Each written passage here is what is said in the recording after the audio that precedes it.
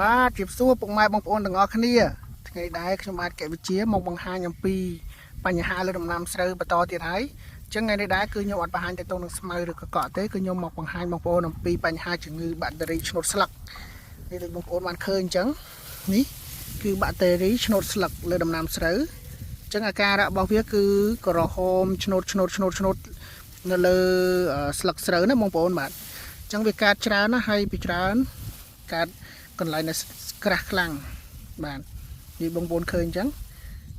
បងប្អូនឃើញចេះកុំតន់យកជីទៅដាក់ណាបងប្អូនយើងបាញ់ថ្នាំសម្រាប់ព្យាបាលជំងឺនឹងសិនអញ្ចឹងខ្ញុំរៀបរាប់ពីការកើតឡើងដោយសារបាក់តេរីនឹងតិចទៅអញ្ចឹងជំងឺបាក់តេរីឆ្នូតស្លឹកហ្នឹងកើតឡើងដោយសារតែមេរោគបាក់តេរីនឹងឯងហើយវាកើតឡើងនៅពេលដែលអាកាសធាតុយើងក្តៅហើយសំណើមខ្ពស់បាទដូចបច្ចុប្បន្នយើងនេះគឺដោយសារតែយើងហ្នឹងមានសំណើមខ្ពស់មានព្យុះមានអីចឹងទៅហើយក្តៅក៏ក្តៅខ្លាំងដែរហើយតើតូននឹងស្រូវហ្នឹងវាច្រើនវាកើតឡើងនៅកន្លែងណាដែលទឹកលិចទេបងប្អូនអញ្ចឹងអានេះវារីលដាល់ទេអញ្ចឹងការឆ្លងមកវានេះជាមេរោគដែលឆ្លងណាបងប្អូនការឆ្លងមកវាគឺឆ្លងដោយសារតែមេរោគបាក់តេរីហ្នឹងវាហៅថាព្រឹកឡើងព្រលឹមឡើងគឺនៅលើស្នាមរបួសឬស្នាមឆ្នូតដីនៃស្លឹកស្រូវហ្នឹងនេះស្នាមឆ្នូតហ្នឹងគឺនឹងមានទឹកពណ៌សដូចទឹកសើមអញ្ចឹងនៅពេលដែលបងប្អូនច្បូតមកចេះច្បូតដៃមកច្បូតលើស្លឹកដែលមានបញ្ហាបាក់ជំងឺបាក់តេរីហ្នឹងបងប្អូន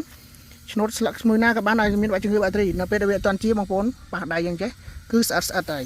ហ្នឹងដោយសារតែមេរោគបាក់តេរីដែលវាចេញមកគឺនៅពេលដែលអាកាសធាតុសមស្របគឺវាចេញមកនៅតាមស្នាមតបៅឬក៏ស្នាមដែលឆ្នូតលើស្លឹកនេះឯងបាទវាចេញទឹកនឹងមកហើយនៅពេលដែលខ្យល់បោកបក់ខ្យល់វាបោកបក់មកដោយលើខ្យល់ពងខ្លាំងអញ្ចឹងណាខ្យល់វាបោកបក់មកគឺបោកមកចំអាស្លឹកដែលសុខភាពល្អបោកចំស្លឹកដែលមានសុខភាពល្អគឺវាឆ្លងជំងឺនឹងទៅស្លឹកដែលមានសុខភាពល្អដូចបងប្អូនឃើញអញ្ចឹងកើតមកកដប់ណាគឺមកកដប់នឹងចាប់ដើមរៀលអញ្ចឹងជំងឺនឹងដូចបញ្ជាក់អញ្ចឹងគឺជាប្រភេទជំងឺឆ្លងវាឆ្លងពីស្លឹកមួយទៅស្លឹកមួយហើយវាឆ្លងតាមខ្យល់ហើយក៏វាឆ្លងតាមទឹកហូរដែរហើយក៏ឆ្លងតាមមនុស្សដែលប៉ះដែរឧទាហរណ៍គេចង់ធ្វើបាបយើងអញ្ចឹងគេប៉ះជំងឺនៅស្រែនឹងអញ្ចឹងទៅប៉ះនៅស្រែមួយទៀតដែលកាត់ជំងឺអញ្ចឹងជំងឺនឹងក៏ឆ្លងទៅតាមដៃយើងដែរបាទគឺឆ្លងបានច្រើនរបៀបណាស់ឧទាហរណ៍ថាយើងស្រោចទឹកឧទាហរណ៍យើងដំណាំខ្លះយើងស្រោចទឹកក៏វាឆ្លងពីមួយទៅមួយដែរបើទឹកហូរក៏ឆ្លងដែរឧទាហរណ៍ទឹកហូរពីស្រែយើងទៅចូលស្រែគេក៏ឆ្លងដែរបាទអញ្ចឹងវាឆ្លងដោយសារមេរោគរបស់វានឹងឯងមេរោគរបស់វាគឺពេលដែលវាអាកាសធាតុពេលព្រឹកដល់ពេលនេះវាច្បាស់ជាមានពពុះទូនៅក្រោមស្លឹកនេះតែខ្លះគេហៅស្ពរឬក៏អីផ្សេងយ៉ាងទៅប៉ុន្តែអាហ្នឹងគឺជាមេរោគរបស់វានឹងឯងគេហៅទឹករំអិលមេរោគបាក់តេរីហ្នឹងណាអញ្ចឹងដែលយើងច្បូតស្លឹកពេលព្រឹកឡើងគឺស្អិតដៃអញ្ចឹងបញ្ហាជំងឺបាក់តេរីនេះគឺមិនមែនជាការស្រួលដែរទេបើសិនវាកាត់លើស្រូវគឺកាត់យកទៅធ្វើឲ្យស្លឹកស្រូវយើងងាប់នេះបងប្អូនឃើញអញ្ចឹងណាស្លឹកយើងងាប់យើងអត់បានបាញ់ទេស្លឹកយើងងាប់ទៅក្រហមទៅរៀលអញ្ចឹងបងប្អូនដឹងហើយថាស្រូវអាចធ្វើឲ្យស្មៃសំយោគពេលដែលវាចេញមកធ្វើស្មៃសំយោគផ្លិតអាហារផ្លិតអីដែលគ្រាប់បានគឺដោយសារតែស្លឹកហ្នឹងឯងគឺរោងចក្រផ្លិតអាហារអញ្ចឹងបើសិនជាវាស្លឹកវាខូចហើយតើវាផ្លិតអាហារបានអត់គឺវាផ្លិតបានគឺបានតិចតួចខ្លាំងមែនទែនអញ្ចឹងធ្វើឲ្យទិន្នផលនេះបាត់បង់ច្រើនអញ្ចឹងការរៀបរាប់អំពីមូលហេតុនៃការកើតមូលហេតុនៃការឆ្លងគឺខ្ញុំបានរៀបរាប់ហើយឧទាហរណ៍បន្ថែមបើសិនជាវាកើតស្រែហ្នឹងហើយខ្យល់បក់ទៅស្រែខាងនោះគឺវានឹងឆ្លងទៅស្រែខាងនោះទៀតបាទវាឆ្លងបន្តគ្នាណាបងប្អូនអញ្ចឹងបានថាវាបាញ់ពេលសិនស្រែមួយកើតនេះគួរតែបាញ់ការពារទៅដោយសារតែវាឆ្លងពីស្រែមួយទៅស្រែមួយអញ្ចឹងមកចាស់គាត់នេះគាត់អត់បានបាញ់ទេនេះស្រែនេះខ្ញុំមកថតទៅឃើញហើយឃើញដានជើងនេះខ្ញុំសួរអ្នកចិត្តខាងគាត់ថាគាត់ដាក់ជីថែមអញ្ចឹងអត់ត្រឹមត្រូវទេណាបងប្អូនអញ្ចឹងតើព្យាបាលជំងឺនឹងជាសិនចឹងយើងដាក់បាទព្រោះតើអុយរេច្រើនក៏ធ្វើឲ្យជំងឺនឹងអត់អាចជាបានល្អដែរហើយស្រូវរបស់គាត់ធ្វើវាគឺក្រាស់ខ្លាំងបងប្អូនមើលខាងក្រោមនេះឡើងផ្សិតអស់លេងហើយណាក្រាស់ខ្លាំងមើលឡើងទូឡើងផ្សិតអស់ហើយជាងស្រូវគាត់ជំងឺនឹងដែរបាញ់អត់ទេមានទាំងផ្សិតមានទាំងបាក់តេរីគឺពេញដោយជំងឺតែម្ដងបាទអញ្ចឹងវិធីសាស្ត្រក្នុងការព្យាបាលវាការព្យាបាលបងប្អូនគឺយើងមានថ្នាំរបស់វាណាថ្នាំរបស់វាគឺឈ្មោះថា ឬគល់1រង3ឬក៏ជំងឺរុយមុខបើខាងក្រុមហ៊ុនខ្ញុំផ្ទាល់ណាបើខាងគេផ្សេងគឺបងប្អូនទៅរកទិញបន្ថែមទៅនេះគ្រាន់ខ្ញុំណែនាំទេបើខាងខ្ញុំមានឈ្មោះ2ហ្នឹងវាជំនាញព្យាបាលជំងឺទាំងអស់ហ្នឹងណាបងប្អូនហើយមួយទៀតចំពោះការបាញ់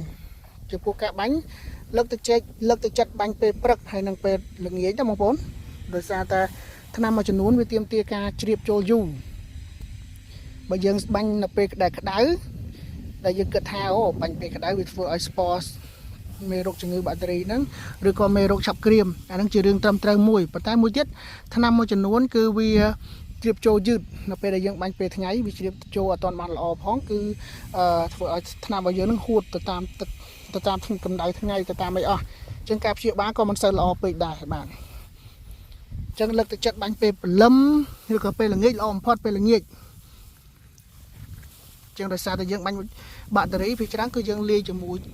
ថ្នាំសត្វល្អិតផ្សេងៗយើងបាញ់ល្ងាចវាបានល្អទាំងសត្វល្អិតបានទាំងបាក់តេរីណាបងប្អូនបាទអញ្ចឹងដូចបញ្ជាក់អញ្ចឹងថ្នាំរបស់ខ្ញុំមានឈ្មោះថាឬគល់1រង8វាព្យាបាលទាំងប្រព័ន្ធឬហើយវាព្យាបាលទាំងជំងឺបាក់តេរីហ្នឹងអញ្ចឹងបងប្អូនមើលស្លឹកទៅស្លឹកថ្មីស្លឹកចាស់គឺក្រហមទាំងអស់បើសិនណាបងប្អូនបើសិនយើងបាញ់ហើយវាជាយើងមើលបែបណាអញ្ចឹងបើស្រូវអត់ទាន់ផើមទេគឺយើងមើលស្លឹកថ្មីបងប្អូនណាបើសិនជាស្លឹកថ្មីវានេះស្លឹកថ្មីវាលាស់មកធំមកប៉ុណ្្នឹងហើយអត់មានជំងឺនឹងទៀតទេគឺវាជីហើយណាបងប្អូនហើយមួយទៀតបើសិនជាព្រឹកព្រលឹមឡើងយើងមកបូតស្លឹកឧទាហរណ៍យើងបូតអាស្លឹកស្រូវនេះអាស្លឹកស្រូវនេះមានជំងឺហ្នឹងបូតវាឆាច់មកដែលពីពងនៅមានទឹកសើមនៅមានទឹករំអិលបាក់តេរីនឹងចេញមកណាស្ពរសនឹងក្រោមនេះវាមានអាសនឹងក្រោមនេះមើលមិនឃើញទេសារលើយើងចង់ផុតព្រឹកហើយខ្យល់បក់ខ្លាំងស្ងួតអស់អញ្ចឹងនៅពេលដែលវាមានទឹកនេះយើងបូតលើឆ្វាច់លើនឹងមកបើសិនជាវាអត់ស្អិតដៃទេគឺវាជាហើយបានន័យថាអាមេរោគហ្នឹងក្រៀមមកហើយអញ្ចឹងបានតែជាហើយនៅវិធីសាស្ត្រមើលជាមិនជាមិនថាបាញ់ឲ្យខៀវមកវិញទេដោយសារស្រូវខ្លះផើមហើយក៏វាលែងមានស្លឹកលោះហើយអញ្ចឹងបាញ់ប៉ុណ្ណាហ្នឹងឯងគ្រាន់តែទុកកុំឲ្យវារាលដាលទៅមុខទៀតណាបងប្អូនបាទអញ្ចឹងយើងពេលយើងបាញ់យើងគួរតែលាយពួកជីប៉នដែលពួកមីក្រូធាតុដែលมันមានជាតិអាសូតណាมันវាឆាប់ជាល្អឬក៏លាយពួកសង្កសីក៏បានដែរដោយសារវាធន់នឹងអាកាសធាតុអញ្ចឹងអាកាសធាតុវាប្រែប្រួលជាក់ក្តៅពេកបាទហើយស្រូវនេះมันល្អណាស់ពេកទេប៉ុន្តែវានៅតែកើតដោយសារស្រែគេនៅខាងនោះទឹកវាជ្រៅហើយស្លឹកដើមស្លឹកវាធំវាកើតជំងឺនឹងមុនអញ្ចឹងវាឆ្លងតាមខ្យល់តាមរយៈខ្យល់បក់ពីនឹងមកណាបងប្អូនផ្សេងជីមើលវានោះមកដែរហើយខ្ញុំរកផ្លូវចូលក្នុងអត់ឃើញឥឡូវខ្ញុំមកថតស្រែខាងនេះឥឡូវឃើញបាក់តេរីច្រើនមែនអញ្ចឹងវាមិនមែនកើតតែម្ដប់នឹងទេណាបងប្អូនដូចឃើញអញ្ចឹងខាងនោះក៏កើតដែរនោះនៅ zoom មកក៏កើតដែរកើតពេញតែស្រែនឹងឯងបងប្អូនអញ្ចឹងសម្រាប់ពុកម៉ែបងប្អូនដែលមានបញ្ហាដូចគ្នាហ្នឹងបងប្អូនអាចទៅពិនិត្យមើលស្រែទៅបើសិនជាកើតអញ្ចឹងគួរតែរកថ្នាំបាញ់សិនទៅណាបងប្អូនណាព្រោះវាធ្វើទុកដំណាំយើងខ្លាំងខាត់ផលច្រើនណាហើយស្រូវគាត់នេះអត់បាញ់ថ្នាំទៀតក្រាស់ហេតុបាញ់ថ្នាំទៀតកាលណាធ្វើទុកឥឡូវក៏ដាក់ជីទៅកាលធ្ងន់ហើយបាទអញ្ចឹងតើតើនឹងជំងឺបាក់តេរីឆ្នូតស្លឹកបើសិនជាពុកម៉ែបងប្អូនមានចម្ងល់បន្ថែមអាចខមមិននៅក្រោមវីដេអូបានប៉ុន្តែបើសិនជាពុកម៉ែបងប្អូនមើលទៅគិតថាមានប្រយោជន៍កុំភ្លេចជួយគ្រប់គ្រងផងណាបងប្អូនដោយសារខ្ញុំចែករំលែកនេះខ្ញុំមិនចង់លក់ថ្នាំអីទេគាត់ចែករំលែកពីបញ្ហាជាក់ស្ដែងតែដោយសារតែខ្ញុំស្គាល់តែផលិតផលរបស់ខ្ញុំអញ្ចឹងទៅក៏ខ្ញុំណែនាំផលិតផលរបស់ខ្ញុំបើសិនជាពុកម៉ែបងប្អូនមានថ្នាំណាល្អជាងហ្នឹងឯងអាចទៅទិញបាញ់ខ្លួនឯងទៅណាបងប្អូនតាមដេប៉ូចិត្តខ្លួនឯង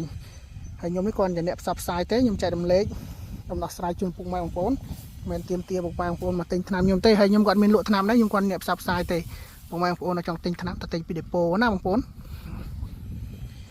អញ្ចឹងចំពោះការថែទាំដំណាំស្រូវលើជំងឺបាក់តេរីនេះបងប្អូនមានចម្ងល់អីចាំកុំភ្លេចខមមិនហើយស្រែគាត់នេះដូចបញ្ជាក់គឺមិនមែនមានតែបាក់តេរីទេមានទាំងអុចថ្នោតទៀតណាបងប្អូនដោយសារតែគាត់អត់ដែរបាញ់ជំងឺមើលទៅមានទាំងអុចថ្នោតទៀតឃើញស្លឹកណានោះឃើញអុចថ្នោតឡើងពេញឥឡូវខ្ញុំដកអុចថ្នោតឲ្យមើលមកស្លឹកចាអានេះតែមកកាត់ទេនេះតែមកកាត់ទេអុចថ្នោតនេះមកស្លឹកនេះតែមានអញ្ចឹងជំងឺវាមានពីរមុខអញ្ចឹងដឹងហើយមេរោគបាក់តេរីបង្កឡើងដោយបាក់តេរីហើយមេរោគអុចថ្នោតនេះបង្កឡើងដោយផ្សិតជាងប្រើថ្នាំផ្សេងគ្នាអញ្ចឹងបើគាត់បាញ់គឺយើងចំណាយដើមទុនអស់ច្រើនហើយដោយសារតែបាញ់ម្ដងវាសរុបដូច្នេះវីដេអូខ្លីថ្ងៃនេះគឺខ្ញុំមានតែប៉ុណ្្នឹងឯងបងប្អូនគ្រាន់តែចង់ចែករំលែកបងប្អូនអំពីបញ្ហាជំងឺបាក់តេរីឆ្នូតស្លឹកដោយសារតែស្រូវឥឡូវចាប់ដើមឃើញចូលជំងឺអស់ហ្នឹងហើយខ្ញុំថតនេះគឺនៅខាងខេត្តសៀមរាបដដែលហ្នឹងឯងបងប្អូនហ្នឹងដូចឃើញហ្នឹងក្រហមពេញស្រែហើយក្នុងក៏មានដែរអញ្ចឹ ចឹងសូមអរគុណពុកម៉ែបងប្អូនទាំងអស់គ្នាសម្រាប់ការទស្សនាបានអញ្ចឹងដូចបងប្អូនឃើញអញ្ចឹងនៅតាមឆ្នោតនៃតបៅឬក៏ស្នាម